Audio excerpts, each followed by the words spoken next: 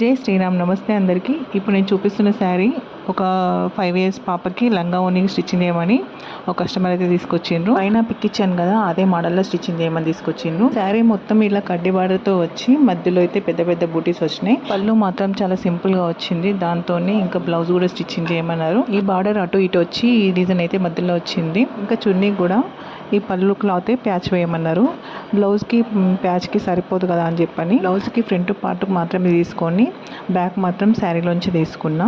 Blouse stitching చేసినాక మిగిలిన పళ్ళుకి సైడ్స్లో ఉన్న పెద్ద బార్డర్ని అవన్నీ కలిపి చున్నీకి అయితే టోటల్గా ప్యాచ్ అయితే వేసిన. దాంట్లో ఇంకొంచెం మిగిలితే బెల్ట్ కూడా సెట్ చేసిన. పైన పిక్లో ఇచ్చినట్టుగా బెల్ట్ని అయితే అటాచ్ చేయలేదు మొత్తంగా.